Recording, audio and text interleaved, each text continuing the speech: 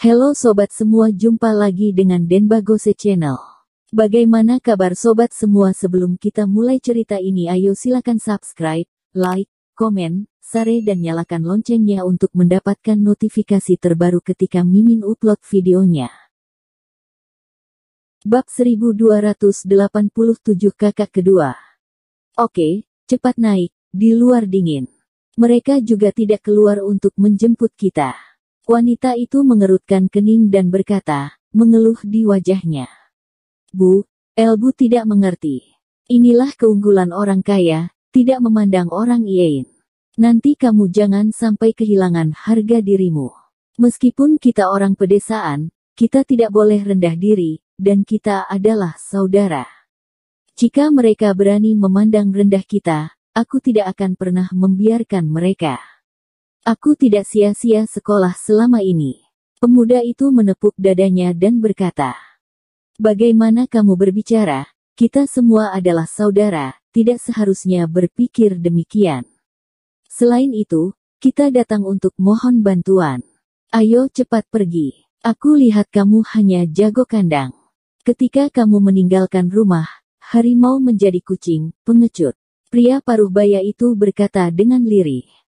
Bu, kamu melihat ayahku, hanya tahu membentakku. Aku memprovokasi dia, masih bilang aku jago kandang.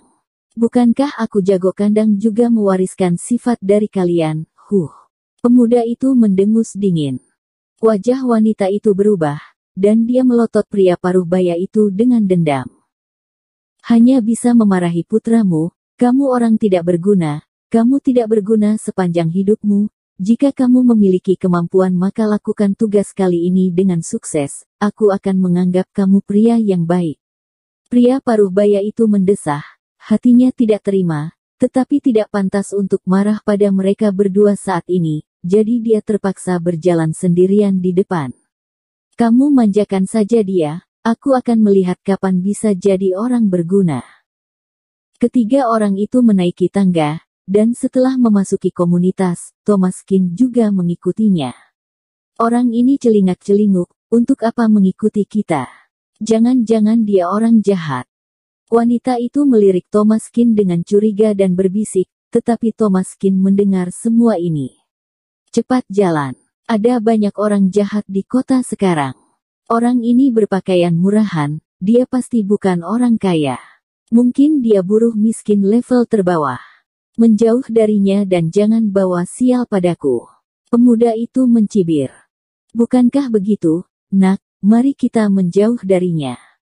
Dia pikir dia mampu membeli Nike Adidas seperti aku. Pakaian di tubuhku lebih dari 2000 yuan, dan dia paling banyak hanya 200 yuan.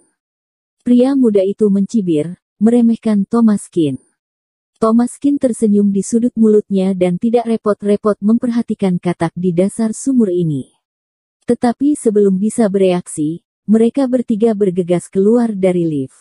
Thomaskin menggelengkan kepalanya dan mengikuti. Tetapi yang tidak diharapkan Thomaskin adalah setelah mereka bertiga bergegas menuju rumah Vivin, mereka langsung mengunci pintu. Buruan, ada yang mengikuti kami di belakang, untungnya kita lari cepat. Yingna Sun berkata dengan wajah serius, menepuk dadanya. Kakak kedua, kamu datang, ini kakak ipar kedua, kan? Ernie Tang tercengang, dan memandang kakak keduanya Wan Ton Tang dengan heran.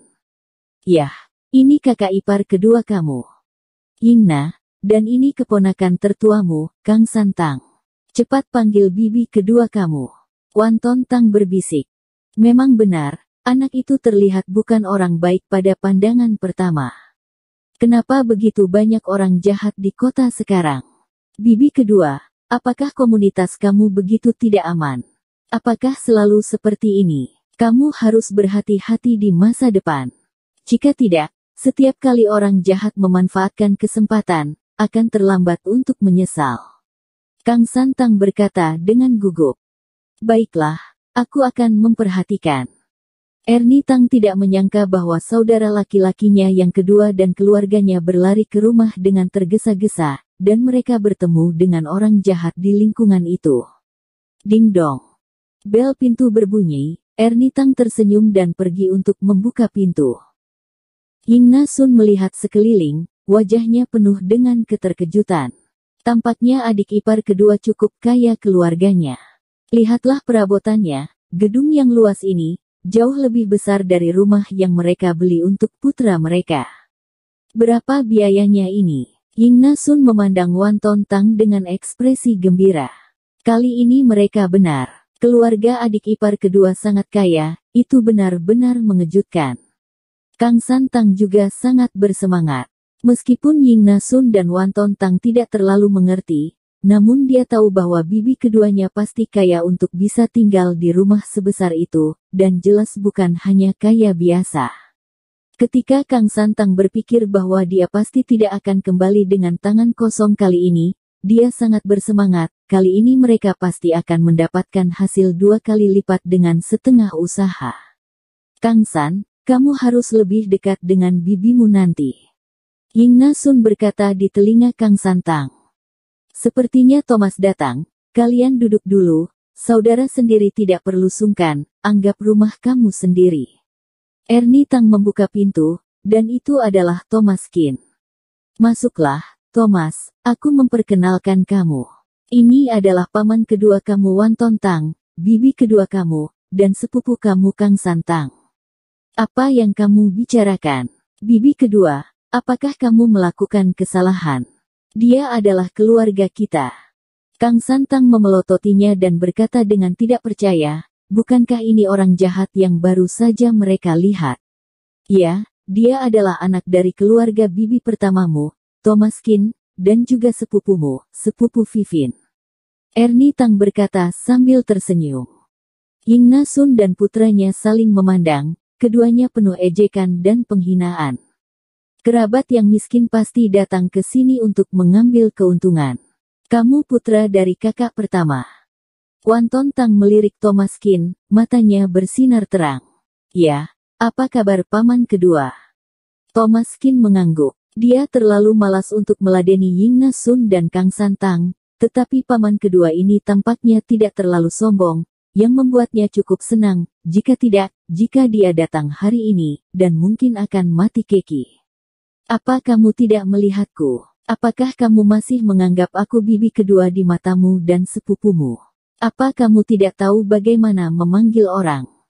Ying Nasun berkata sambil berkacak pinggan, wanita kasar dari pedesaan ditampilkan dengan jelas saat ini. Bibi kedua bersembunyi dari aku tidak berani memanggil, bagaimana jika kamu menganggap aku sebagai orang jahat dan menelepon polisi untuk membawa aku pergi? Thomas Qin berkata sambil tersenyum. Tidak tahu sopan santun, biar bagaimanapun aku adalah bibi kedua kamu berbicara dengan yang lebih senior seperti ini. Ying Nasun tidak menyadari bahwa dia berada di rumah orang, seolah-olah dia berada di rumahnya sendiri. Dia menggurui Thomas Qin dengan kasar. Kurangi bicara. Wan Tontang berkata dengan rendah. Mengapa aku tidak boleh berkata lebih banyak? Anak ini tidak berpendidikan, jadi aku harus menjaganya, kalau tidak dia akan menderita kerugian ketika dia meninggalkan rumah. Sekarang aku memberinya pelajaran agar dia kelak tidak dipukuli oleh preman di masa depan. Jika bukan anggota keluarga sendiri maka aku tidak repot-repot mengkritik dia. Kamu lihat pakaian murahannya ini, alis dan matanya yang persis pencuri, itu membuat orang merasa tidak nyaman. Kerabat seperti ini benar-benar menyebalkan. Melihatnya, tidak bisa tidak khawatir. Adik ipar kedua, dalam masyarakat ini, tidak boleh berniat jahat pada orang namun harus waspada pada orang. Ying Nasun mencibir dan berkhotbah. Ernie Tang mengerutkan kening dan wajahnya sedikit berubah. Thomas Qin adalah keponakannya, dan dia tahu lebih baik daripada siapapun. Kakak ipar kedua yang mencemooh orang secara langsung pada pertemuan pertama bukanlah orang baik. Aku tahu, kakak ipar kedua, duduk dan minum segelas air dulu. Kata-kata Ernie Tang menggerakkan hati Wan Tontang, mengetahui bahwa kata-kata istrinya tidak benar. Jadi dia dengan cepat menarik Ying Nasun untuk duduk.